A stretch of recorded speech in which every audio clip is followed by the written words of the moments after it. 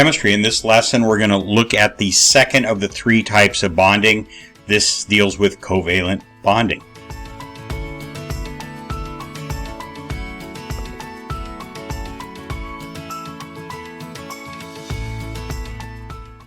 So a covalent bond occurs when two or more atoms share electrons.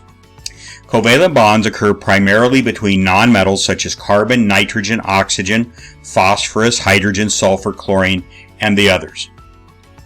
Covalent bonds produce combinations of atoms called molecules. Molecules are separate structures that can move independently from one another. So compare that to the Ionic unit cells, which are like bricks in a wall or apartments in an apartment building. You can distinguish one from the next, but they can't move independently of each other. Covalent bonds are the bonds that are found in you and other living organisms. So your body is made up of covalent bonds. So remember, covalent bonds share. So when nonmetals bond, they pull on each other's electrons very hard because they both have high electronegativity. But since both have high ionization energies, they don't easily give up electrons. So it's like two guys having a tug of war. Nobody wins. So consequently, the two atoms share the electrons. Since neither one can pull the electrons away from the other, they end up just sharing the electrons. So the octet rule says that atoms are most energetically stable, happy, when they can fill their valence orbital. Octet means 8. It's called octet because elements in the second period, that's row, and below need 8 electrons to fill their valence orbital, that outer orbital. So oxygen has 6 electrons in its valence orbital. To be happy, oxygen would like to fill the 2 empty spaces that you see there. But the question is, how does it do that? The octet rule says that atoms are most energetically stable when they can fill their valence orbital. Octet means 8. It's called octet because elements in the second period and below need 8 electrons to fill their valence orbital. So hydrogen's valence orbital can only hold 2 electrons. So hydrogen needs 1 electron to be happy and fill its valence orbital. But again, the question is how? So note that even though hydrogen's first orbital can only hold 2, not 8 electrons, it's still called the octet rule. The main idea is that an atom wants to fill its valence orbital to be happy.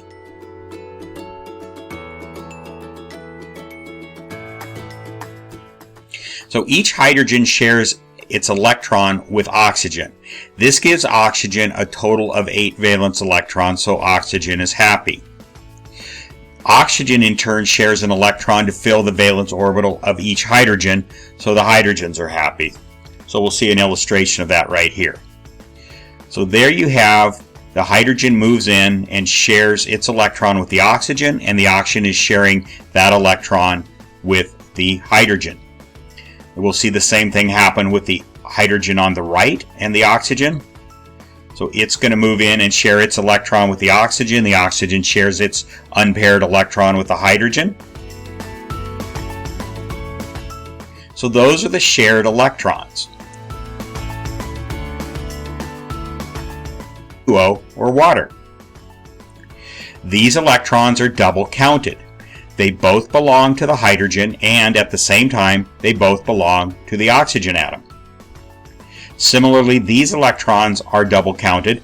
They both belong to the hydrogen atom, and at the same time, they both belong to the oxygen atom. The bonds created between nonmetals by atoms sharing electrons according to the octet rule are called covalent bonds. So remember, covalent bonds share. Think about the word covalent. Co means something that works together. When you cooperate with somebody, you're working together with them. And valent means valence electrons. So it means the valence electrons are being shared or they're working together. So an elemental diatomic molecule is a bond between two atoms of the same element in gas form only. Diatomic molecules are the most common covalent bonds in nature. There are 7 elemental diatomic molecules. 4 of these are halogens with 7 valence electrons. So they are hydrogen, nitrogen, oxygen, fluorine, chlorine, bromine, and iodine. So the reason these are important is if you do a chemical reaction and it produces hydrogen gas, the hydrogen gas is not going to be a hydrogen atom. It's going to be 2 hydrogen atoms covalently bonded together to form an H2. The same would be true of nitrogen. You're not going to get a nitrogen atom. You're going to get 2 nitrogen atoms bonded together covalently to form N2. Oxygen. The O2 that we breathe, the oxygen that we breathe rather, is O2. It's an oxygen molecule. It's 2 oxygen atoms bonded together covalently. It's not single oxygen atoms. And so you see the rest of them there. That's why you should have these memorized so that if you're doing a chemical reaction and you come up with one of these elements, you'll know that it's going to be in molecular form, not in atom form. So these elements always form diatomic molecules when they are in gas form. Polar covalent bonds happen when one of the nonmetals is slightly stronger than the other. That is to say, it has a higher electronegativity than the other and pulls the electrons a little more towards itself. So here we see a fluorine atom and a nitrogen atom. The fluorine is bigger because it has a higher electronegativity. So if one of the atoms has a higher electronegativity, it will pull all of the electrons closer to it, creating a polar covalent bond. Fluorine is more electronegative, stronger than nitrogen, which is weaker, and pulls the electrons more toward it, but it does not totally take them away. The atoms still share. If it totally took the electrons away from nitrogen, that would be an ionic bond. But this is not that. It's just pulling them more over towards it. The fluorine is pulling the electrons more towards it. The stronger atom in a polar covalent bond pulls a little harder than the other atom, but not hard enough to totally take the electrons away from the weaker one. So oxygen is more electronegative than hydrogen, so it pulls electrons towards it in a water molecule. So the water molecule below is polar. So you see the oxygen is the atom down in blue. It has 8 protons, it has 8 electrons. And then it's covalently bonded to each of the 2 hydrogen up in the red. So they share an electron with the oxygen shares an electron with each of the hydrogens. Okay. So this side of the molecule, that is the red side, contains the nuclei of 2 hydrogen atoms. That's 2 protons. The red rectangle has a charge of 2+. So what we've done is we've kind of artificially partitioned or separated the 2 sides of this water molecule. So the side with the hydrogens in it is up in the red, and the side with the oxygen is down in the blue. So you notice what's in the red is just 2 protons. So that's a 2+ charge if you just look at what's inside that red rectangle right there. This side of the molecule contains 8 protons. That's from the oxygen atom. The blue rectangle has a charge of 8 - 2 or 2-. So count that. You have 8 protons in the oxygen atom down there in blue. And then if you count the number of electrons, there's 10 of them down there. So there's more electrons, 2 more electrons than protons. So that means in the blue you're going to have a negative charge. A polar molecule is an electrically neutral molecule. It doesn't have to be electrically neutral, but in this case it is. So it's an electrically neutral molecule that has a positive side, that would be the red up on the top, and a negative side, that would be the blue down on the bottom. This means that it acts like a magnet when other polar molecules are around. So the positive side of that molecule, the plus side, would be attractive to the negative side of another water molecule. And the negative side down on the bottom, the blue side, would be attracted to the positive side of another water molecule. Covalent bonds form molecules. These H2O water molecules, for example, are separate structures from all other water molecules. When water boils, the water molecules separate and move freely. You can see that when you look at the steam coming up from boiling water. The steam is going off in different directions. That's because the water molecules can do that. So there you see the water molecules can separate. Think of molecules as cars that can move independently of one another. So these two cars can drive off in different directions. Compare that to the lattice structure, crystal lattice structure of an ionic bond, and the formula units cannot move separately. They're like bricks in a wall or apartments in an apartment building. They can't move separately from one another.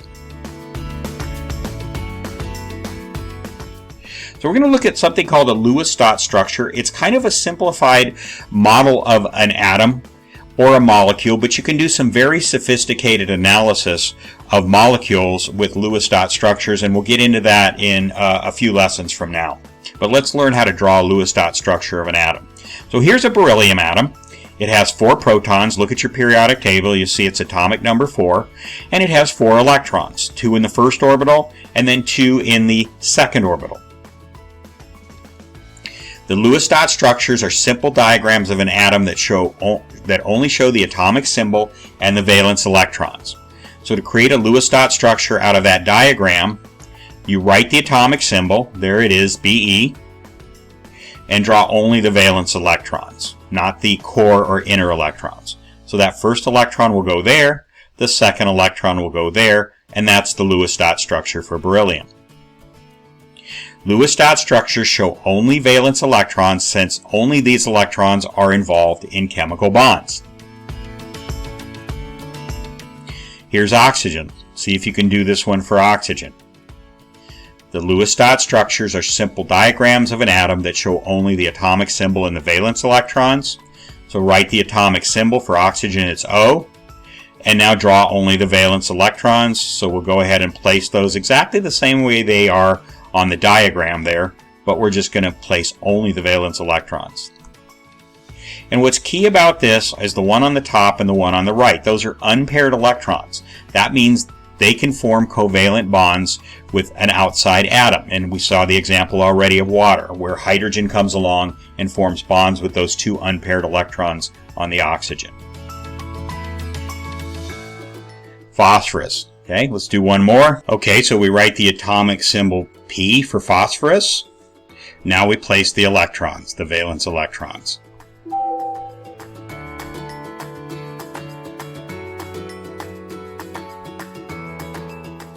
Okay, so I think you get the idea. There's 3 unpaired electrons in phosphorus. That means that 3 other atoms can come in and bond at those 3 locations, the left side, the top, and the right side, where the electrons are unpaired.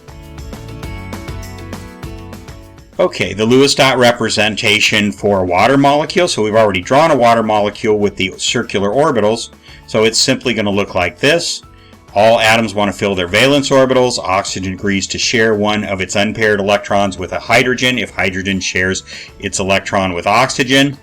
So there on the left side you see that happening right there. And down at the bottom it will repeat that process and they will share. So that's the Lewis dot structure for a water molecule. Now you might ask, why aren't the hydrogens on opposite sides? So HOH across in a straight line. We'll talk about that when we get to the geometry of molecules, and that comes in about a month. So both hydrogen atoms and oxygen end up with filled valence orbitals, creating a covalent bond and fulfilling the octet rule. Covalent bonds form molecules, separate independent structures. An elemental diatomic molecule is a bond between 2 atoms of the same element. Elemental diatomic molecules are the most common covalent bonds in nature. There are 7, we talked about that earlier, 7 diatomic molecules. 4 of those are halogens, so let's just see how these 2 fluorines bond to form a diatomic molecule. So there's 2 empty spaces there. And they move together, and now they both have octets. By sharing those 2 bonding electrons, those are called bonding electrons, we'll get to that in a second, they both have octets. Each oxygen atom below has 6 valence electrons for a total of 12. So how can we create 2 octets from 12 electrons? Think about that. An octet has 8 electrons. If you have 2 octets, that's 2 times 8, that's 16. So how can you form 2 octets for those 2 oxygen atoms to create an oxygen molecule if you only have 12 electrons, not 16? So this is how it's done. Each oxygen shares both of its unpaired electrons to form what is called a double bond. Notice that each oxygen atom has 8 electrons in its valence orbital because the electrons in the yellow area are counted for both atoms. So the atom on the left has 4 in the yellow area plus the 2 in the second orbital over to the left side. That's a total of 8, 2 pairs rather, 2 plus 2. And over on the right, it's the same thing. 4 in the middle, 2 on the right, another 2 on the right. That's a total of 8. So they both have full octets. Double bonds are shorter and stronger than single bonds. So we'll talk about that in a later lesson. So the Lewis dot structure for the O2 molecule looks like this. There you see it. So in a covalent bond, electrons that bond to atoms are called bonding electrons. So those are bonding electrons being pointed to. Electrons that do not bond to atoms are called non-bonding electrons or lone pair electrons because they're each in pairs and they're not bonding with anything, so they're all alone. A pair of bonding electrons can be represented by a line. So each of those lines represents 2 electrons. So you have 2 lines, that's a total of 4 electrons. Lines should not be used to represent the outside or the lone pair electrons. You should still use dots for those. And in some cases, they don't even draw those when it's a line structure like this. Carbon dioxide, CO2, is what you exhale when you breathe. How does carbon bond with 2 oxygens? So there are a total of 16 valence electrons. You can count them. Each oxygen has 6 times 2, that's 12, and then the carbon has 4 valence electrons. So there are a total of 6 valence electrons between the 2 oxygen and the 1 carbon. So how do they create octets? By creating double bonds between the carbon atom and each of the oxygen atoms, octets can be formed around each atom. So convince yourself that each of those 3 atoms, the oxygen, the carbon, and the other oxygen, all have octets. Because you can count the bonding electrons in the middle twice, both for the oxygen and for the carbon. Carbon forms double bonds with each oxygen. This provides octets for all 3 atoms. And there's the line structure. The Lewis dot structure of a carbon dioxide can be drawn with a line to represent a pair of bonding electrons. Carbon dioxide, CO2, has a balanced charge. The 2 oxygen atoms pull on the electrons equally, so the charge is equally distributed. When electrons are not pulled to one side of the molecule, as they were in the case of a water molecule, the molecule is said to be non-polar. So it doesn't have that kind of magnetism, plus side, minus sign, the way a water molecule did. Okay, now on this chart, you should have this chart memorized. It's the difference between ionic and covalent bonds, some of the main differences. So the characteristic and then the ionic and covalent. So the unit for an ionic bond, it's called a formula unit or unit cell, and it forms a crystal lattice structure. For a covalent bond, the atoms bonded covalently form what's called a molecule, an independent structure. Bond formation. Ionic bonds pass electrons, covalent bonds share electrons. Elements involved. Ionic bonds are between metals and nonmetals. Covalent bonds are between 2 or more nonmetals. Physical state. Ionic bonds for the most part, only exist as solids. They don't exist as liquids or gases. Whereas covalent bonds can be either solid, liquid, or gas. An example of that is water. You can have solid water, which is ice, liquid water, which is what comes out of the faucet, or gas, which is steam or vapor. Melting point. So generally, ionic compounds have higher melting points, above 300 degrees centigrade, and covalent are lower melting points, below 300 degrees centigrade. We'll do a simple little project to demonstrate that. Solubility in water. Ionic compounds dissolve in water. Covalent compounds do not dissolve in water, or dissolve very little. And conductivity, that means of electricity. Ionic bonds conduct electricity well when they're dissolved, when they're in water. Covalent bonds do not do so, and again, we'll do another project that will demonstrate that concept. So that takes care of our lesson on covalent bonding. So in 2 days, you've learned the 2 major types of bonds that we're going to be dealing with in this class. I always thought that one of the amazing things of chemistry is that every substance in the universe is made out of only about 90 naturally occurring elements, and that there's really only 3 ways to combine those elements to form those compounds, those substances: ionic, covalent, and metallic bonds. And again, metallic bonds we'll deal with in a later lesson.